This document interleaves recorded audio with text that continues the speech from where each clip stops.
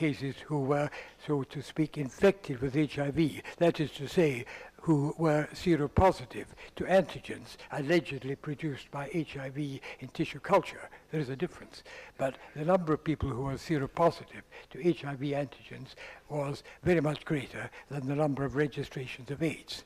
And that is very widely true wherever these tests are done. Sometimes you will get many cases which are diagnosed as being seropositive and very few who are registrable as AIDS. So that in terms of the predictions, the number with HIV is of no importance at all. All my predictions were made in terms of registrations of cases of as AIDS. In terms of the pre-1992 classification, the 1987 classification did extend the range a bit beyond what was realistic, but it wasn't too bad. And the predictions made on that basis were in fact borne out by what happened. And the only way, of course, to test a prediction is to see whether or not it happens. It doesn't matter whether you're testing the theory of relativity or the theory of the epidemicity or otherwise of AIDS. What matters is what happens. And the passage of time was the real proof that the predictions were correct, because the registrations coincided with the predictions made on the assumption that AIDS would only be transmitted or somehow spread in accordance with the trend of increase in high-risk groups, which I showed you. And all the predictions that I made were made on that basis.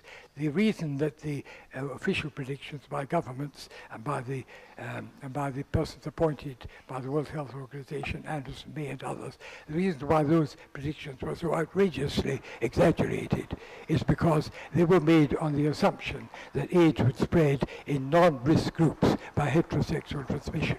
Hence they were out wrong by orders of magnitude. But excuse me, I understand that now, but it seems to me that you call predictions an extrapolation from what happened in a couple of years to the next year. But is there a hypothesis? Is there a causal, an underlying hypothesis on which you make, or anybody has made predictions other than the viral hypothesis? The viral hypothesis, as I pointed out and you acknowledged right now, would have predicted a constant incidence of AIDS for all of these years, because the incidence of HIV carriers was completely constant. If there is another theory, I would like to know what that theory is on which other predictions were made. Yes, that is also a fair question. And I agree that we're talking only, as I said before, if we're talking only about people diagnosed as seropositive to HIV, this is useless for predictions and in fact is totally invalid. And is one of the reasons why I say that HIV as at present defined cannot possibly be regarded as the essential or sole cause of AIDS. Not to say it doesn't play a part, but it can't be called the entire cause, sole cause of AIDS. On the other hand, what does serve as a hypothesis is that risk behavior in the form of homosexual intercourse between men who share many partners and take drugs or take certain recreational drugs, these serve as accurate predictors. They are not in themselves indicators of infection, but they are indicators of risk behavior, which puts the person at risk of disease. And the disease, which we call AIDS, so far from being non-infectious, is a load of uncontrollable infections. The people who die from AIDS die of pneumocystis, of bacterial pneumonia, of candidiasis and esophagitis, of dysentery, and so on. The causes of death and of final suffering in AIDS are all infections and highly infectious. On the other hand, the determinants which put people at risk are to a large extent governed by situation and behavior. So that is the hypothesis. Well, I hate to be too argumentative, but homosexual behavior seems to be millions of years old, and AIDS is only appearing in the 80s. I don't think that's a very good hypothesis, but I accept it if you think that is one. I'm not saying it's a hypothesis. Any hypothesis, including with respect to your own, is up for grabs. It's up for falsification. Again, I would expect on the basis of that hypothesis to be completely flat. Well, just a minute. Anyway. just a minute. The hypothesis, like any other hypothesis, is up for falsification. Okay. If, for example, it was shown that AIDS would spread or would be transmitted among heterosexual populations at the same velocity as it is spread among drug-using and homosexual male populations, then, of course, this hypothesis that it is governed by behavioral and locational determinants would be invalid. But remember, in epidemiology, the cardinal determinants are always defined in terms of time, person, and place. Unless you can make your estimates and predictions, if need be, on the basis of time, person, and place, then you're departing from the human aspect of the disease, and you're coming on to other, more theoretical things. In terms of time, person, and place, the behavioral determinants and location will serve as excellent predictors, and they are proven by the passage of time, not by any calculation, by the passage of time. Whereas other theories, for example, the extreme theory that HIV is the sole cause of AIDS, or the theory that HIV is a completely passenger virus, those other theories are what they are, theories which have to be tested, and which may or may not be borne out. I'm quite sure that the establishment theory that AIDS is the sole cause of, that HIV is the sole cause of AIDS is completely disqualified on scientific and common sense grounds. But the Duesberg hypothesis that HIV is a passenger virus which has nothing to do with AIDS, that awaits fuller investigation. It may be so, but it awaits fuller investigation. It awaits, among other things, the passage of time. But above all, it awaits further investigation to see whether AIDS is, as the orthodoxy now says it is, HIV disease. I don't believe it is, but that's what is now being claimed. And again, only the passage of time will show that. Oh, I had one other comment. You pointed out the discrepancy in the risk of blacks, Asians, and white Englishmen or Londoners was very different by factor of almost 10, if I remember, or 5. Yeah? The blacks were the highest, and whites were 5 times lower, and Asians were about 10 times lower, if I remember correctly. Yeah? That, again, could well be explained. I offered this explanation, and want you to comment on it. Is simply reflecting the incidence of HIV in different ethnic groups. The blacks in Africa are estimated by the Centers for Disease Control and all these reliable institutions, the World Health Organization and others, to be 20 to 30% HIV positive as a whole in the population. Whites are in the order of 1% estimated. That is at least 10 times lower, about, or 20 times lower. And Asians are lower than that, like 0.5% or whatever it is, or less than that. So what was interpreted in your slide as susceptibility to disease may instead be simply association with a harmless passenger virus that when that virus is present in a population and somebody gets a disease, it's called AIDS. But when it's not present, the disease is called by the old name. So if a white man, let's take a homosexual to make it very attractive, gets a pneumonia in London and is HIV negative, he does not appear in an AIDS statistic, he's simply a pneumonia case. But if he's also HIV positive, then he's an AIDS patient. If a population like the blacks are 10-fold higher in HIV, their pneumonias will be 10 times more often recorded as AIDS compared to white, and again, fewer of them in the Asian population because they're relatively less likely to be carriers of antibodies against HIV. No, I don't think this is so in areas where registrations are conducted scrupulously. And although I'm no friend of the establishment with regard to the views about causation of AIDS, I do think that there is a very definite worldwide attempt to be careful about registrations. Now, in Central Africa, the conditions are such that even with the greatest diligence, they cannot possibly check up all the registrations. Many of these are coming from villages where there is no form of medical diagnosis available at all, certainly no testing and so on. But in New York, where I've been in the health department, often looking at the way in which those figures are looked at, and in London, of course, the situation is different. Remember, in the United Kingdom, we talk about cases in London, the difference between the ethnic distribution. In the United Kingdom, 70% of cases, of all cases registered with AIDS, that is to say, of about 15,000 cases since 1982, 70% of these are in London. 70% or more are in homosexual, bisexual men, and the rest are in drug addicts. Very few are in women. But those few that are in women tend to be in HIV-positive black women. Now, I agree that there's a greater tendency to check HIV-positive black women than than white women, because the experience from Africa is that a lot of AIDS is related to visits to Africa. That is simply a fact. Hence, there's a greater tendency, and this is strongly encouraged by the black communities in London, to see that they are tested, because if they are tested and found to be positive, then the reasons for this can be looked into. They often have other sexually transmissible diseases, or they're engaging in behavior which places them at risk of AIDS. But I would think that the figures, the difference in the groups, would not be an artifact, certainly not the United Kingdom, and I don't think so in New York. But it could well be an artifact in Central Africa.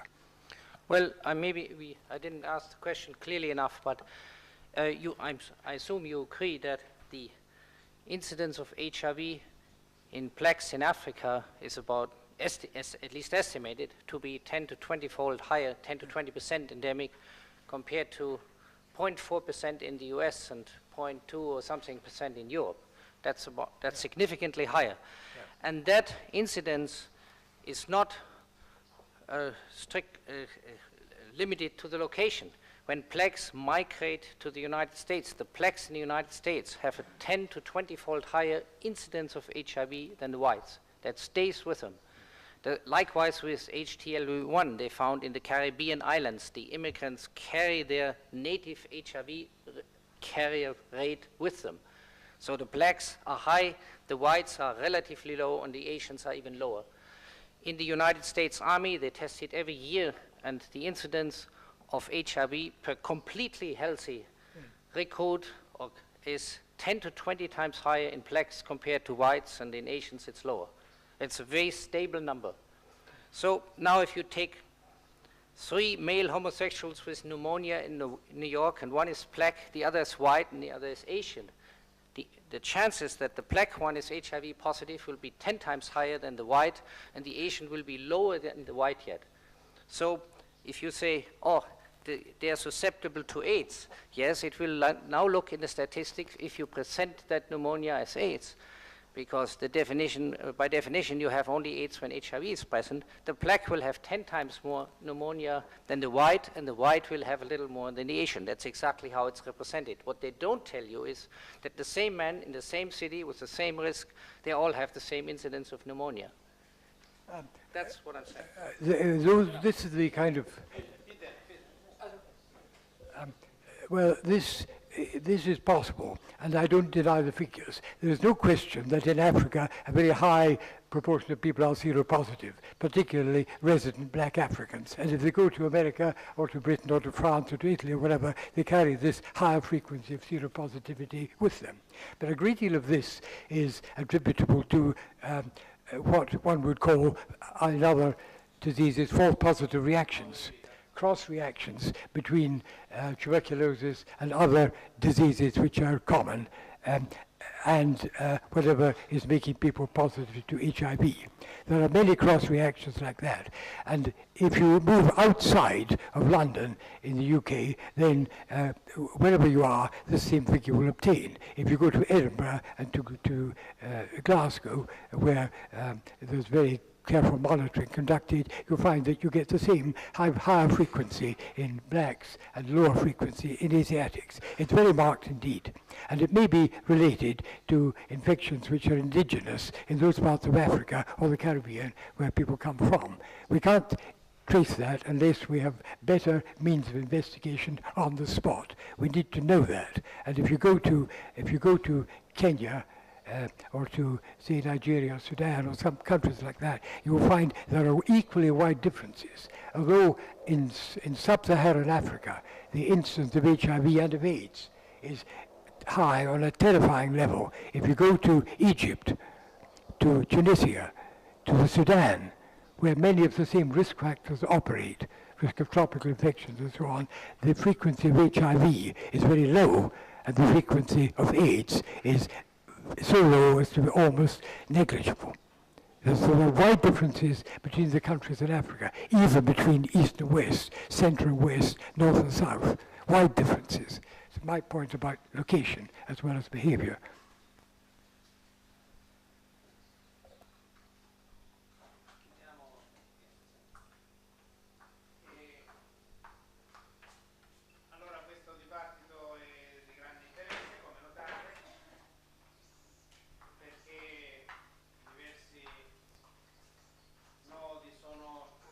Diversi nodi arrivano al pettine e quindi in definitiva la questione principale.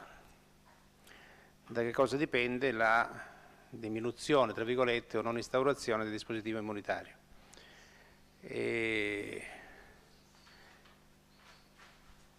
Allora, ci sono in sala vari studiosi e ci sono anche poeti, filosofi, no? Che hanno preparato il loro contributo, ma adesso c'è qui Fausto Tapergi che... No. Sentiamo in cinese per rispetto. Ah, va bene. Allora, quindi diciamo, salutiamo Fausto Tapergi che è imprenditore e intellettuale e che è poeta, filosofo, e poi ci sono anche altri in sala che sicuramente potranno intervenire, forse sia Shen Dali, maintenant? Ok, allora prego.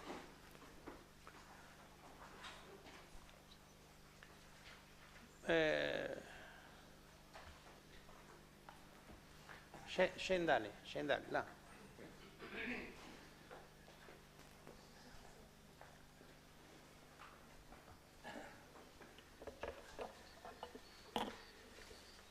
Spegniamoli. Spegniamo quello lì. Va bene. Eh bien, allora,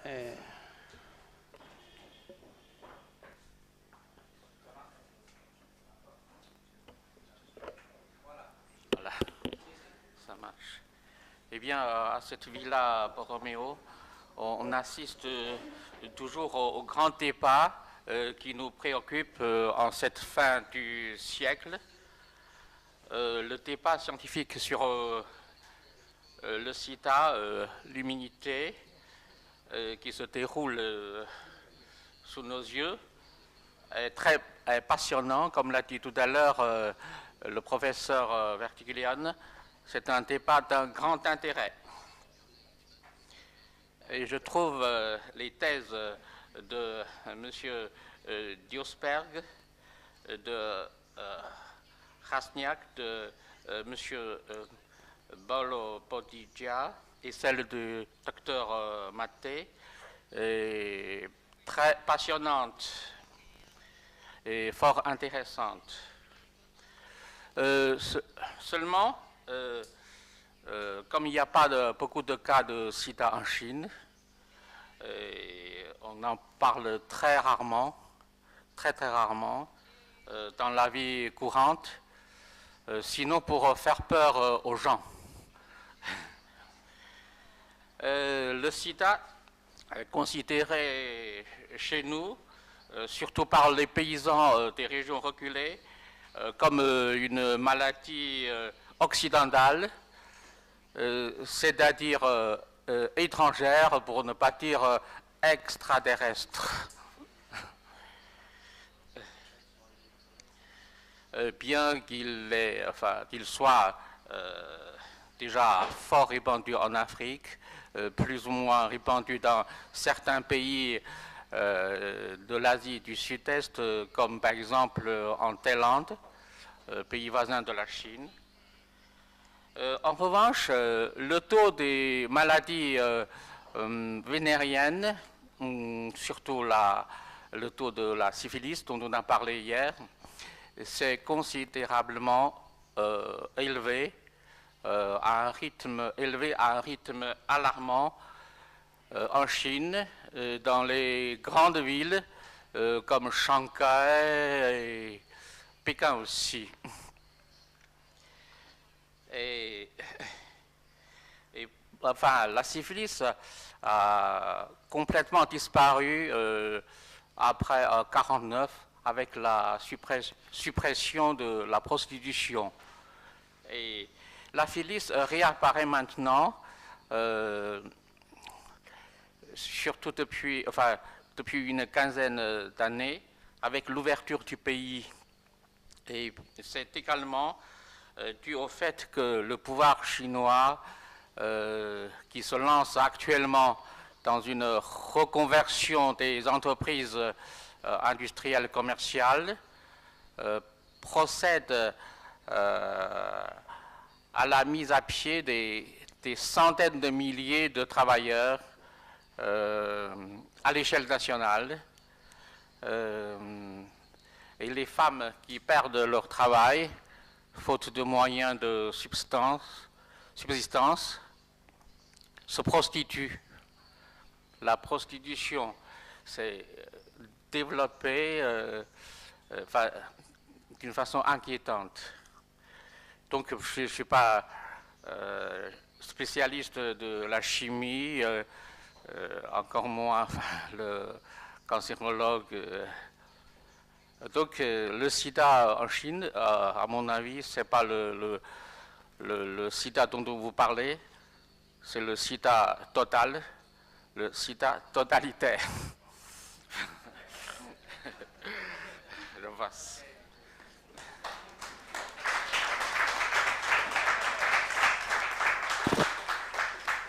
Allora è interessante, no? Che in Cina l'AIDS che c'è è un AIDS totalitario, no? Vous voulez répondre? Même à ça? Mais ce n'était pas une question pour vous. Alors, répondez. Let me hasten to agree that AIDS is rare in Asia. Registrations show that in the Asiatic countries, especially in Southeast Asia, it relates more to the tourist track of Western, call it you like, invasion, and that it relates to the sex industry. Registrations from most other parts of Asia, especially mainland China, are very low indeed. And insofar as registrations are the only thing that we can judge by, then one would say that in Asia, AIDS is an extremely rare disease. But remember, in Britain, among the 60 million inhabitants of Britain, outside of London, AIDS also is a very rare disease. There are many parts of Britain, including the Highlands of Scotland, parts of Wales and Northern Ireland, where there's hardly any AIDS. So it depends also to some extent, as I say, on location, on the possibility of acquiring infection. Now, in contrast, in many parts of Asia, and indeed throughout the world, there is a marked increase in all the other sexually transmissible diseases, syphilis, gonorrhea, chlamydia, and so on. Thank you. Ok. Allora, ancora David Rasnick. Prego.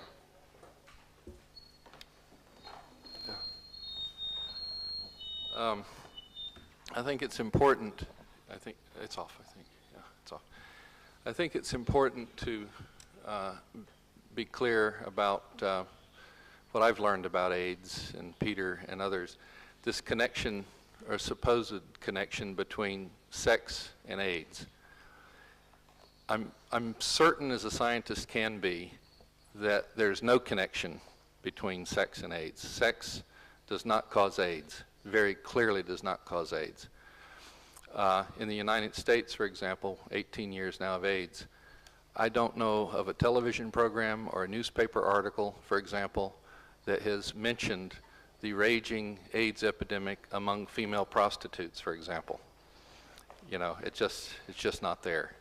And I don't know how you could have a disease, 9 out of 10 cases are male, for example, and this is supposedly a sexually transmitted disease. I also wanted to, I don't know about China. We don't really have much information about AIDS in China, and I accept the fact that probably we don't have much information is because there's very little or no AIDS there. That's one possibility. I would say that's very likely. I'll share with you a conversation I had at a Gordon conference, a chemotherapy of AIDS Gordon conference, 2 years ago, 1997. There was this physician from India. He was at this Gordon conference, and he pulled me aside after a session and asked me if I thought that HIV could mutate to a less virulent or a less dangerous form. I had to bite my tongue because I wanted to ask him, or wanted to say that it's very difficult to see how you could take something that's harmless and make it less harmless, but I didn't say that. I said, in principle, yes, it could, all right? And then he said, maybe that explains why he sees no AIDS in India. This gentleman accepts the Western view that comes out of the United States, that AIDS is a contagious disease, sexually transmitted, caused by HIV, and he asked me at this conference, he's wondering why it is he does not see AIDS in India. I mean, he sees diseases in India, but there's lots of diseases in India. But he doesn't see AIDS, and so I don't know. Maybe that's similar to what the previous speaker was talking about. I just thought I'd share that with you. Thank you.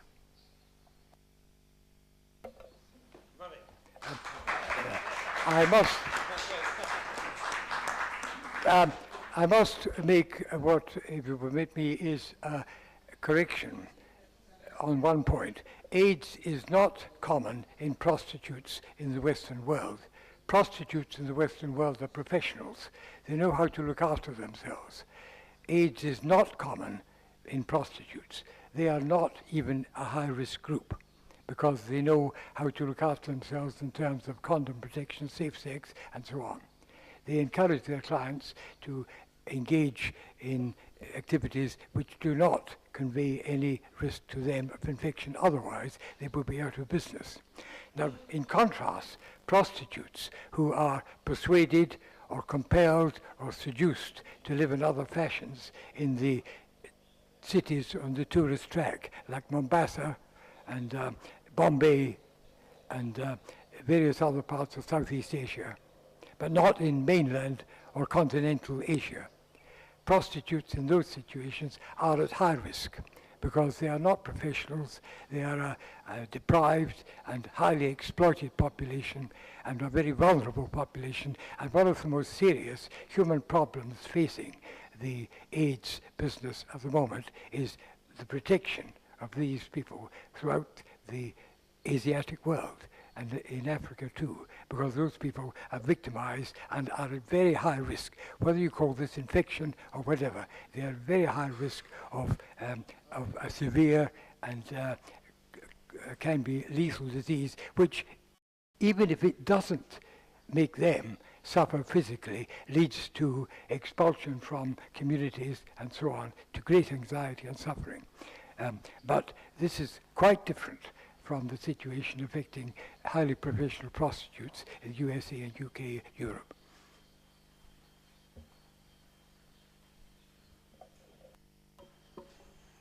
Insomma, è un elogio della professionalità, ma in pratica dice che dipende dal modo di vivere, no? Come diceva Duesberg. Prego, allora ancora Peter Duesberg. Okay, about the point that HIV is said to be a sexually transmitted virus. A virus it is, but is it sexually transmitted? I want to briefly introduce the perspective of the virus, not of the client of the virus. The virus, as a microbe, has to. Yes, that's my expertise. The virus has to make a living too. It has to survive. Most things in biology that are here today make a lot of sense. They have been hanging in there for about 3 billion years. That's 3 times 10 to the 9 years. That's how old life is. The efficiency of transmission, so-called sexual transmission of HIV, without a condom, unprotected, conventional, traditional, highly traditional sex, is 1 in 1,000, 1 in 1,000 contacts. That was determined by so-called discordant hemophilia couples, that is the hemophilia positive, lots of them are available. Virtually 75% of the American hemophiliacs, or 15,000, are HIV positive, and their partners, spouses, wives, whatever you want to call them, sex workers, all these politically correct terms that we have introduced now, have been tested, and they have asked how often they had sex. On this count, the Centers for Disease Control, the Vatican of the HIV orthodoxy in the world, and of course in the United States, the leading country of science and the most objective and advanced scientific nation that ever existed on this planet, they have determined it takes about 1,000 unprotected sexual contacts between hemophiliacs, wives and husbands to transmit HIV. The same thing has been confirmed for homosexuals and recently for heterosexuals and homosexuals in San Francisco again by Perdian, who worked as an epidemiologist in Berkeley before then, roughly 1,000 contacts. Now, how could a microbe survive on 1,000 contacts? I wish I could help it along, but at least if I were a carrier, I mean, this microbe would have a bad chance of surviving in nature. And you can calculate yourself. Let's go back 100, 200 years in life when we didn't have bathhouses and massage parlors and supermarkets and penicillin yet. There were very few who were lucky enough to have 1,000 different partners. And roughly 1 in 10 conventional heterosexual contacts should actually lead to a baby. Women are receptive about 3 days per month. So that is about 10% of random blind sexual contacts in the old days would have produced a baby. Roughly, you know, I'm not discussing homosexuals now, but heterosexuals would have produced 1 baby per roughly 10 unprotected sexual contacts. Now, if HIV is only transmitted in 1 out of 1,000, you can calculate yourself how long it would survive in evolution. It would never survive. It is like catching up on a bicycle with a jet airplane.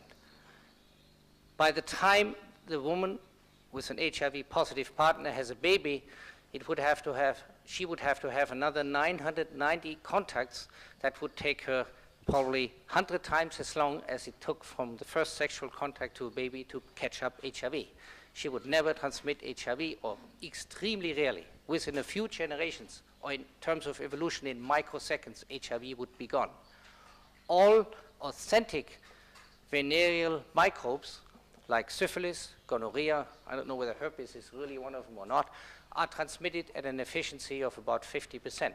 That's how they can compete with replication or with the efficiency of sex, which is about 10%. Then they can compete, but they could never compete if it's 1 in 1,000. And there's a second logical problem with a microbe said to, in this case HIV, causing a fatal disease. That's what they say. It's a fatal pathogen that is sexually transmitted. That is logically impossible. There is no microbe anywhere that is sexually transmitted and at the same time causing a fatal disease. If it would, very soon the microbe would have killed its host and together itself with it. It would be a suicidal combination. That is why I pointed out yesterday that syphilis is not a fatal disease, even though it is described as like that in the medical literature and has become that way thanks to doctors prescribing mercury and arsenic to people who have syphilis. They are dying from mercury and arsenic. But syphilis is as old as mankind and as old as other microbes, and we have replicated from, at least from one couple in the paradise to 6 billion right now, together with syphilis. So it is logically impossible that a microbe is at the same time a fatal pathogen and sexually transmitted. That cannot be, because if this were the case, the mother or the father or both of them would die before the kid, and the kid wouldn't survive. So it is actually practically and logically impossible that HIV could be a fatal pathogen that is sexually transmitted. All fatal pathogens are horizontally transmitted. That is a possibility. But HIV, when you look at the efficiency, again, published by the Centers for Disease Control and the HIV orthodoxy, the only efficient way of transmission is like the same as for all other retroviruses. Mouse retroviruses, chicken, fish, monkey, and cat retroviruses, that is from mother to child. They are perinatally transmitted. That's the only efficient way of transmitting HIV, a mother giving it to her baby. And if she's lucky enough and her doctor doesn't find out and prescribes ACT, the babies have their HIV from their mothers, like the mice have their HIV retroviruses from their mothers, the chicken do, the cats do, the monkeys do, and nobody has a disease unless they inject cocaine and heroin, get ACT from the medical orthodoxy. That doesn't happen to animals, and that's why no animal with HIV ever had an immunodeficiency or any other disease. And this is how in Africa 10 or 20% of the population are HIV positive. Even the children. The children do not have time for, or couldn't possibly have had that 1,000 unprotected sexual contacts with an HIV positive by the time they're 15 and HIV are positive. Likewise, the American Army recruits. 1 in 1,000, they estimate, is HIV positive at 18. In order for them to be HIV positive from sexual contacts, unless they had an HIV positive day, it would have been 1,000. If it's random in the American population, it's only 1 in 250 who is positive. They need to have 250,000 sexual contacts randomly in order to be HIV positive. They wouldn't have enough time by the time they are 18.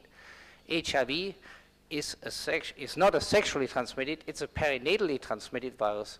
And if there's no other health risk, it's completely harmless like all other perinatally transmitted microbes. That's my part that I wanted to add from a virology point of view, from a virus point of view. Allora, Gordon insiste, vuole rispondere, prego. Well, Peter, thank you for repeating what you've already said. Let me hasten to agree and disagree.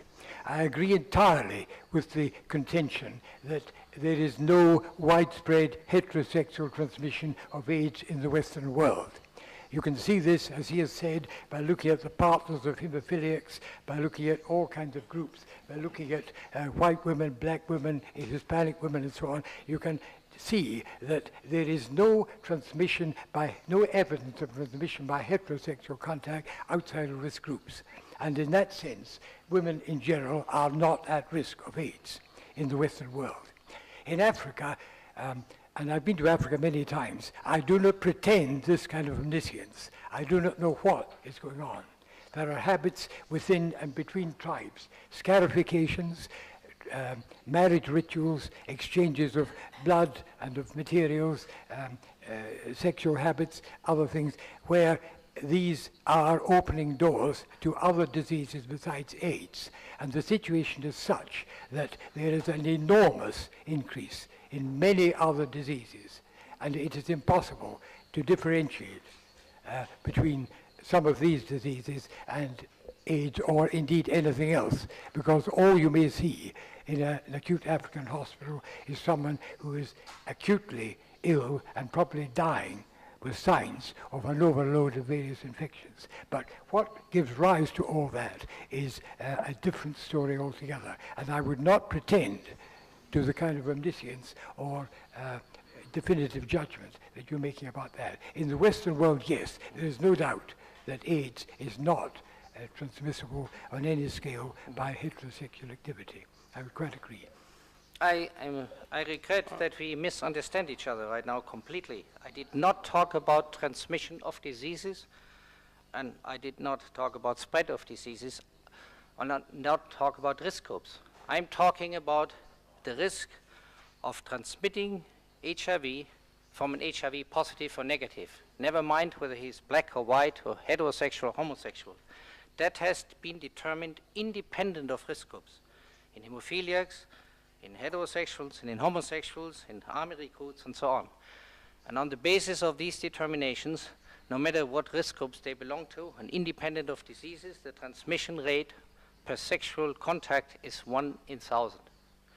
And that disqualifies HIV as a sexually transmitted agent. It could not survive as such under those conditions. It would have to be at least 500 times more efficient in order to be qualified as a sexually transmitted agent. Under those conditions, you can transmit diarrhea and tuberculosis and toothache and bad breath and many other things. And this sex is, after all, the most intimate contact you can have between humans, short of surgery and blood transfusions. Under those conditions, with 1,000 contacts, you're going to transmit a sore throat just as much as a toothache and a flu and so on. It's a good contact. But it's not, therefore, a sexually transmitted agent. We don't prescribe flu and sore throat as a sexually transmitted agent because it can be transmitted via sex. That's what HIV is not. Ancora Gordon. The question is not whether HIV is transmissible by heterosexual intercourse to cause AIDS. That is not the question. We don't know about that. That is not the question. Whether HIV is involved in this is not the question. The question is AIDS occurring outside the Western countries on an extensive scale, and do we know why? Well, the registrations show that what is registrable as AIDS, and I put it no more strongly than that, is increasing on a fantastic scale. And we do not know why, because we know that this is crossing over, overlapping with all kinds of other diseases. And that is the reason for all the alarm just now about what appears to be the global spread of something which is regarded as AIDS. Now, in the Western world, this is simply not so. AIDS is diminishing, it's becoming an increasingly uncommon disease, and there's no evidence whatsoever of widespread heterosexual transmission. It may indeed be that what we call the HIV test is only a marker for risk behavior. It may be that. It may be nothing to do with infection. So I concede that point. It's not a point of argument. Quindi dice che insomma in Africa tutto il male è possibile, no? In Africa, the difficulty, sir, is that we do not know what is going on within and between countries. As I've said, the difference between the deprived countries of Eastern and Northern Africa, like Sudan and Egypt, where there's a very high infant mortality and general mortality and very high incidence of diseases which in other situations could be regarded as AIDS. In these countries, there's hardly any AIDS, and certainly no evidence whatsoever of AIDS transmitted by heterosexual means. But in sub-Saharan Africa, not in all the countries, but in many of them, there is evidence of something which is behaving in the manner in which communicable diseases do behave, of spreading widely among certain populations. And we don't know, we simply do not have enough information to know exactly what is happening. We know that many of those people are HIV positive, but we also know that the tests are fallacious. Ok, allora adesso ancora, quindi David, prego. Maybe I jumped up too soon, but I'm glad to hear you say that in the Western world, the United States, and in Europe, AIDS is certainly declining, and in fact, depending on which definition you want to use, the pre-87 definition or the pre-92 definition, AIDS in the United States is virtually non-existent. It's pretty much gone. And the rates of the levels of AIDS in Europe is even less than in the United States. And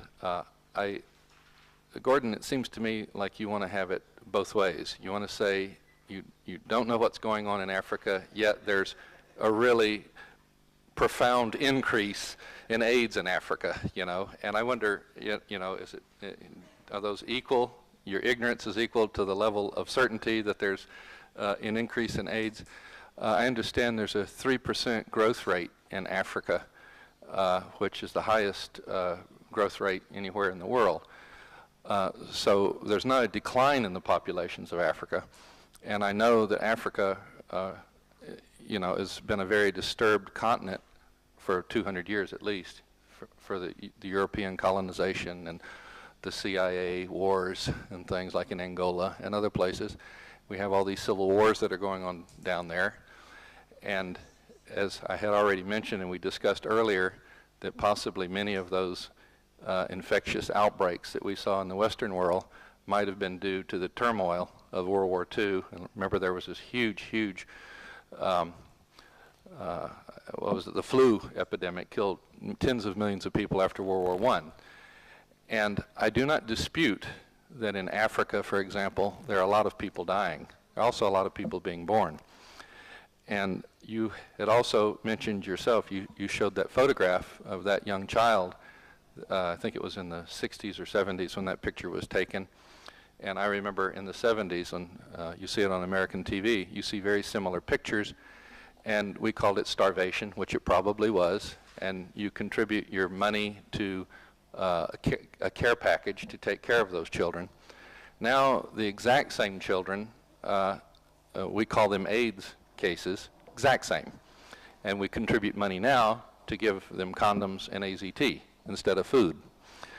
And there's one other point. I wish Charles Geshechter, he's our authority on Africa. He's a professor at Chico State in California. He goes to Africa a lot. He studies it a lot. And he has lots of statistics, and he points out that the numbers are completely and totally unreliable that come out of Africa, regardless of what they are. But he also points out that it's very strange that the world's most sexually promiscuous country, that's the United States, is telling Africans, sub-Saharan Africans, many of them are Muslims and have very restricted sexual lives. He thinks that's very strange that the Americans are telling Africans how to conduct their sex lives. So, well, it's just a comment, I guess, and that's enough.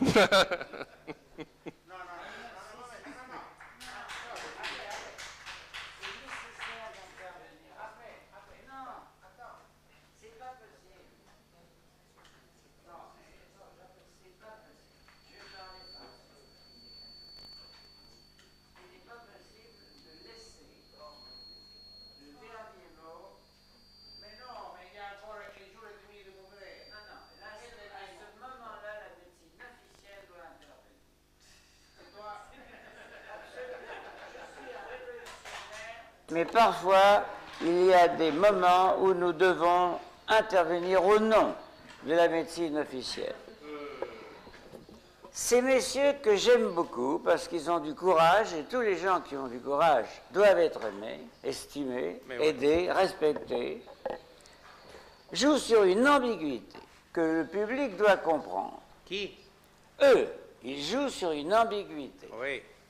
Ils parle de temps en temps de séropositivité au HIV et il passe à l'AIDS, qui est la dernière phase de l'infection à HIV selon les classiques.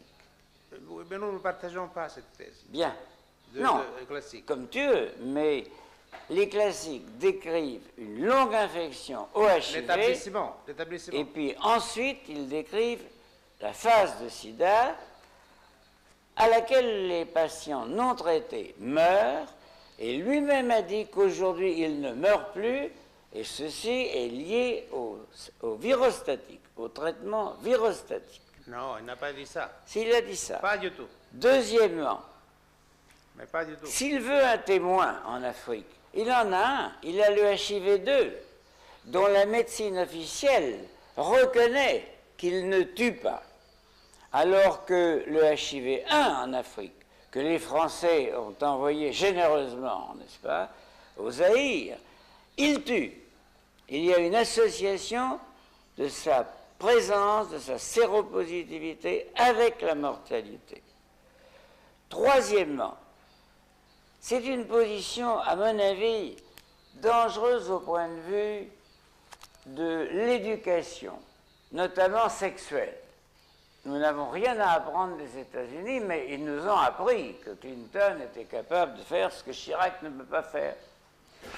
Mais, en banalisant le sida, le HIV, on risque de faire tomber la protection à laquelle on avait habitué les citoyens, de faire tomber l'hygiène, qui a joué un grand rôle.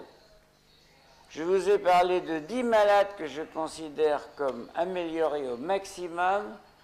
Les homosexuels ont plus d'épisodes que les hétérosexuels bien sages. Je ne suis pas contre l'homosexualité. Il faut que je vienne les voir, ces 10 malades.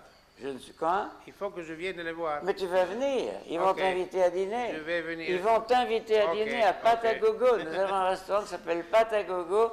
Et nous nous réunissons tous les mois. D'accord. Et tu auras une nourriture italienne. Donc, ce que je voudrais dire, c'est que, vis-à-vis de la population, c'est vrai que le sida devient moins méchant à cause des trithérapies et de ma thérapie. Deuxièmement, c'est aussi vrai qu'il y a de grandes différences entre le Nord et les Noirs, parce que la mutation d'un récepteur est de l'ordre de 35% dans le Nord, de 0% chez les Blancs. Il y a une explication pour ça. Mais je voudrais surtout souligner le fait que les citoyens qui se livrent à leur passion amoureuse, sous diverses formes, doivent prendre des précautions. Ils doivent prendre des précautions. D'accord. J'ai demandé hier à Duesberg ce qu'il ferait si une jolie Italienne le conquérait et lui annonçait qu'elle était séropositive. Il m'a dit, je ferai rabaisser le prix. Ça, c'est quand même pas une véritable solution. Que nous allions jusqu'à la plaisanterie... Georges, mais qu'est-ce que tu fais? Tu parles à qui? Que nous allions jusqu'à... Je trouve que nous allons nommer Verdiglione le premier metteur en scène de théâtre de l'Europe de l'Ouest. N'est-ce pas? Il ne s'est jamais comporté d'une façon aussi géniale que pendant cette séance. Non seulement pendant les séances, mais en dehors des séances. Comme les joueurs de Shakespeare, les acteurs qui à Londres jouent Shakespeare. Ils le jouent dans la rue en se promenant.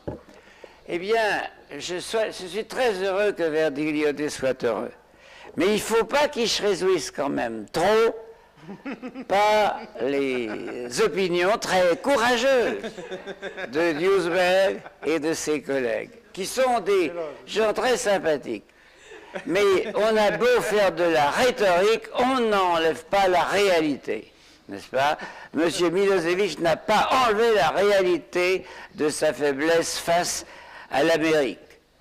Voilà. Et l'Amérique n'a pas gagné la guerre avec les anti-armes laser. Elle l'a moralement perdue, ce qui est pire que celle des autres. Allora, Giorgio Mathé non è geloso, no?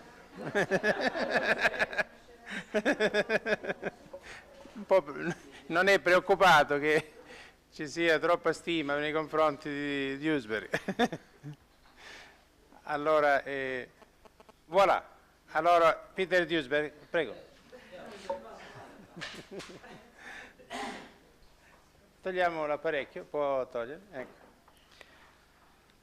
Well, I think it is time to speak up against censorship, which I see is coming up again, as often in its discussions. The orthodoxy runs out of intellectual arguments, and it comes with censorship. Mathé is no exception. As nice as he may be as Frenchman, but he's now proposing that we should restrict the discussion because of the possible dangers of unprotected sex.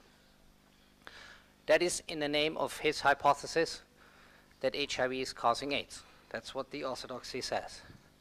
What the orthodoxy doesn't say, and Mathé was appealing to reality, is that in the name of their hypothesis, that they could not prove in 16 years, with $60 billion in the United States, 200,000 scientists, MDs and PhDs working around the clock, publishing over 200,000 papers, all editors from The Lancet to Science to Nature in their pocket, and all newspapers echoing their dogmas as they're released from the Centers for Disease Control and Bethesda on a monthly or weekly basis and breakthroughs.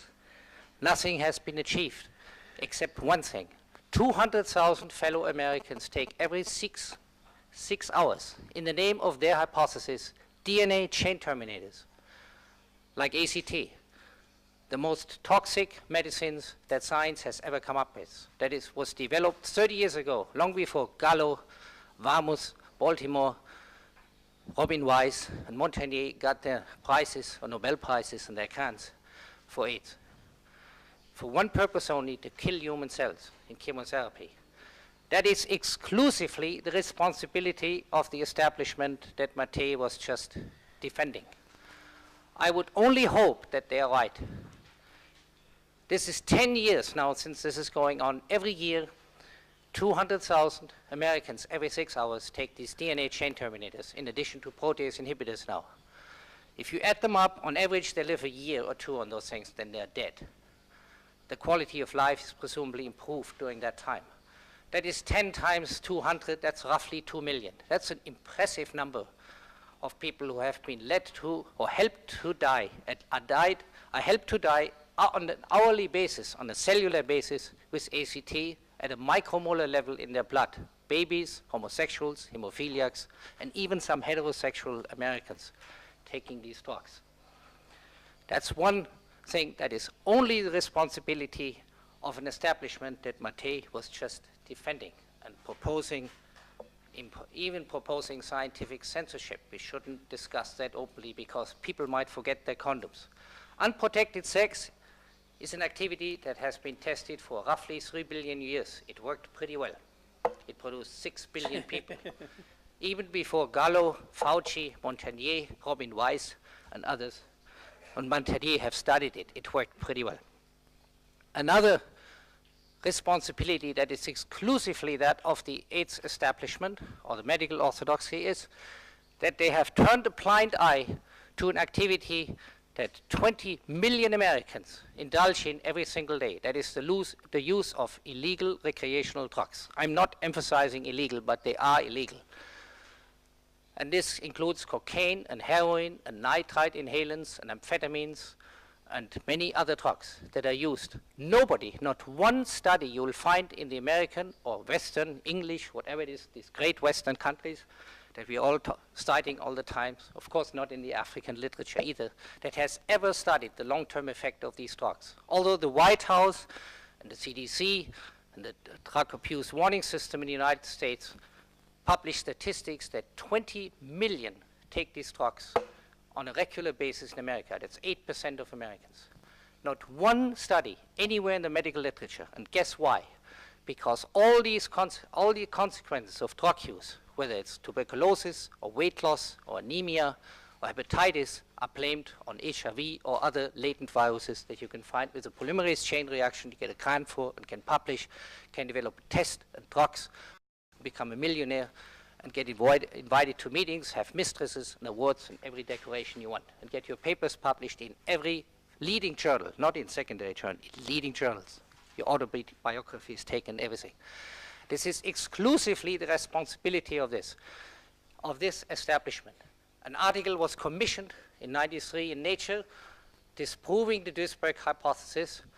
by a group from Berkeley, from my wonderful campus, Winkelstein, the leading author, and now an emeritus epidemiologist, disproving the drug hypothesis with a group of AIDS patients that Fauci pays him $1 million contract per year for 10 years, San Francisco male homosexuals. Every one of them, as he said in that same paper, had used poppers. 70% had used regularly cocaine. Another 60% had used amphetamines. And as he acknowledged later in a paper in Science, in a note, 73% were in ACT. That was a group of people he used to prove that drugs play no role, but HIV was the cause of their diseases. During the same months, Lancet published a similar paper, authored by O'Shaughnessy in Vancouver, Montana, and other leading AIDS authorities, making exactly the same point with a group of male homosexuals who had all used nitrite inhalants, amphetamines, cocaine, and ACT as well. A year later, in '94, Science published an 8-page editorial, The Duesberg Phenomenon, in which a leading drug researcher and AIDS researcher from New York, Krieg is her name, said, I quote, "Heroin is a placidly untoxic drug." That is, it's got plasted so well that it doesn't cause any disease whatsoever. What she didn't mention, that is in the same year, 63,233 Americans were hospitalized for heroin toxicity. That includes overdoses, yes, but includes diseases as well as bronchitis, weight loss, fevers, mouth infections, and many others. And 3,558 died from heroin, recorded by the drug abuse warning system from the White House, signed by President Clinton, down the mall, just about half a mile from Science editorial office. In Science, we were told that it's a placidly untoxic drug. Whatever happens to drug users is due to HIV.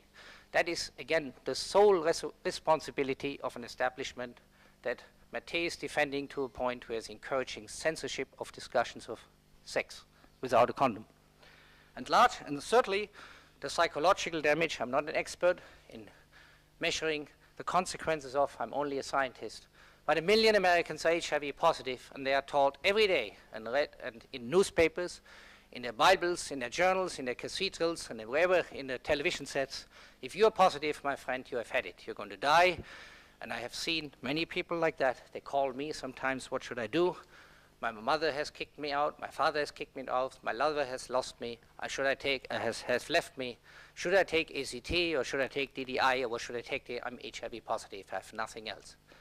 Again, the sole responsibility of an establishment that Mathé wants to protect by censorship. Thank you.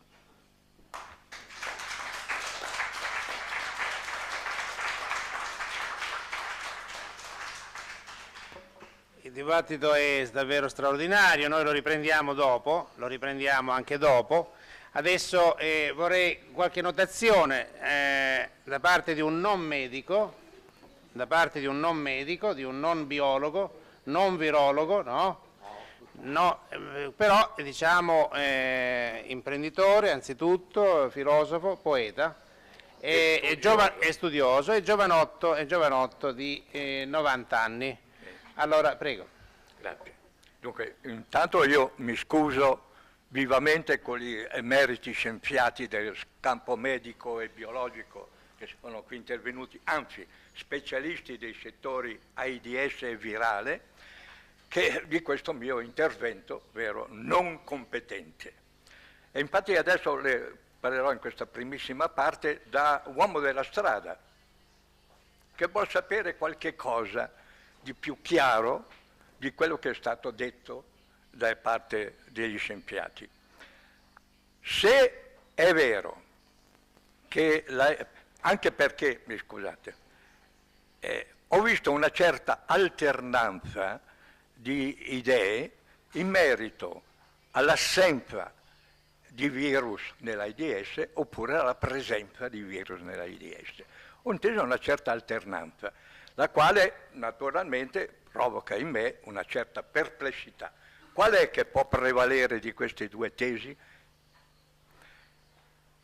Io ricordo, da uomo della strada, che l'AIDS, come lo dice la sigla, Dunque, in principio era considerata prevalentemente, se non unicamente, un difetto di immunità, una deficienza immunitaria. Successivamente, di fronte a casi che sembravano di trasmissione di infettiva da parte dell'AIDS, è sorta l'idea che ci fossero dei virus che foggiatori di questo male.